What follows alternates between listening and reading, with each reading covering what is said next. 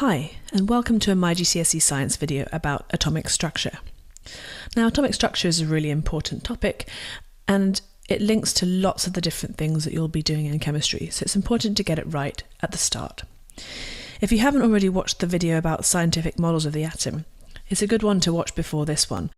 So the first thing to think about when we're thinking about the atom is how big it is. So, atoms, you might know, are really tiny. We know that everything is made up of atoms and we can't see them, but you may not know really how big they are. The specification tells you that the atomic radius of the atom, that means the distance between the centre of the atom and the outer edge of the atom, is 0.1 nanometers. Now you might say, what's a nanometer? Well, a nanometer is a billionth of a metre. So that's tiny. And 0.1 of a nanometer is even smaller than that. Now the nucleus is a 10,000th the size of an atom. Now that's quite difficult to imagine. So here's an example that hopefully will help you to think about the scale of an atom. The analogy of a football pitch is often used. So let's imagine a football pitch. We've got the pitch itself, which is pretty big, and then round the outside we've got all the seating of the stadium, all the way up to the higher tiers, really far away, where it's hard to see the players' faces. Now, this would be the overall size of an atom. We're changing the scale so it's really big and something that you can imagine. Now, if this was the outside edge of the atom, obviously the nucleus is right in the centre. How big do you think the nucleus would be? Well, surprisingly, it's not even the size of the football in the centre, which seems pretty small compared to the rest of the stadium, but that's still too big. That's still bigger than a 10,000th the size of the atom. So it's not the size of a football, it's actually more like the size of a fly. So if you can imagine a fly in the centre of the pitch, it's going to be tiny, a tiny little fly, even smaller than I can get it on here. That's the size of the nucleus that exists at the centre of the atom. And crucially, the nucleus is where all of the atom's mass is found. So almost all of the mass of the atom exists right in the tiny, tiny centre of the nucleus.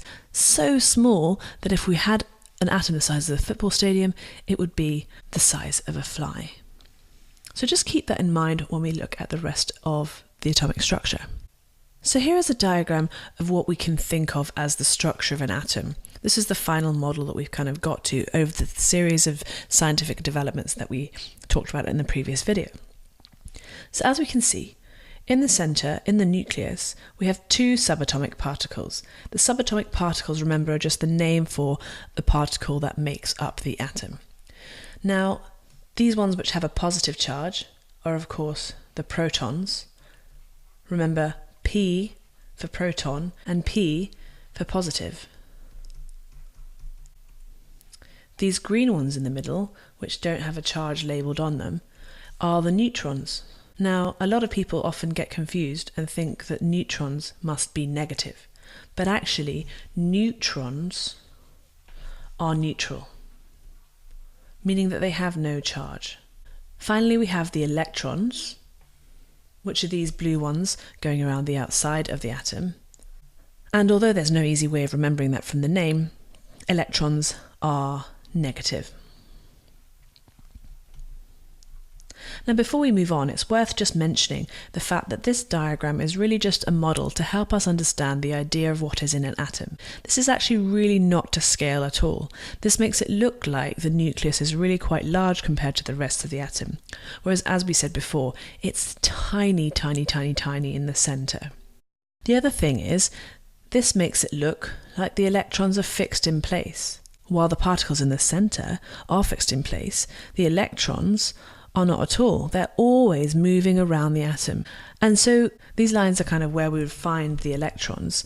And you can see that they kind of happen in different layers. Now these layers have a name, and we call those layers shells or energy levels.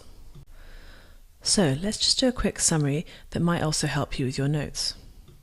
So remember, we've got the protons, which have a positive charge, +1, neutrons, which are neutral, so they have a charge of 0, and electrons, which have a negative charge, -1. Now the relative mass is also something we need to know about. And the relative mass is measured on such a small scale that it's difficult to imagine, so we just think of it as relative to each other. So protons have a mass of 1, and neutrons also have a similar mass, so we also say that the relative mass of neutrons is 1. In this way, the protons and the neutrons put together make up all of the atom's mass.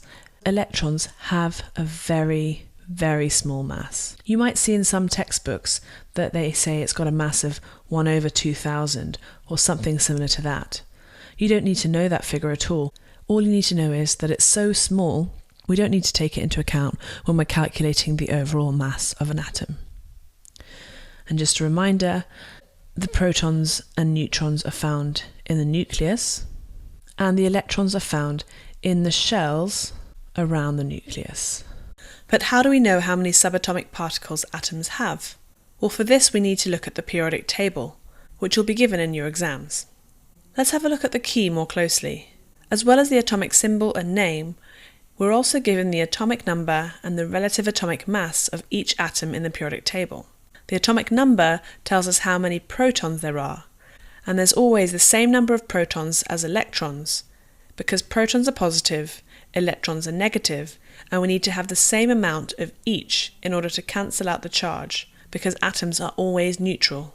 Then, the relative atomic mass tells us the number of protons plus neutrons, the overall mass of the nucleus of that atom. So in an atom of hydrogen, we'll have 1 proton, 1 electron, and because we have 1 proton and the relative atomic mass is 1, this means we have 0 neutrons, because that 1 proton makes up all of the mass of that atom. So hydrogen has 1 proton, 1 electron, and 0 neutrons. Let's have a look at another element, carbon. In carbon, the atomic number is 6, which means we have 6 protons and 6 electrons. And the mass number, or relative atomic mass, is 12. So the number of protons and neutrons equals 12. We have 6 protons, therefore we must have 12 minus 6 neutrons. So that's 6 neutrons. Why don't you have a go at working out the subatomic particles for aluminium? Pause the video and come back when you're ready to check your answer. So aluminium has 13 protons and 13 electrons, because the atomic number is 13. The relative atomic mass of aluminium is 27, which means the number of neutrons will be 27 minus 13, which is 14 neutrons. Remember that the protons and neutrons are found in the nucleus of the atom, and the electrons are found in shells around the outside. Hopefully now you'll be able to use the periodic table to work out how many protons, neutrons and electrons are in any atom that you can find on the periodic table. Here are a few of the keywords we used in this video in case you need them later. Thank you for watching, and see you again soon on another video by mygcsescience.com.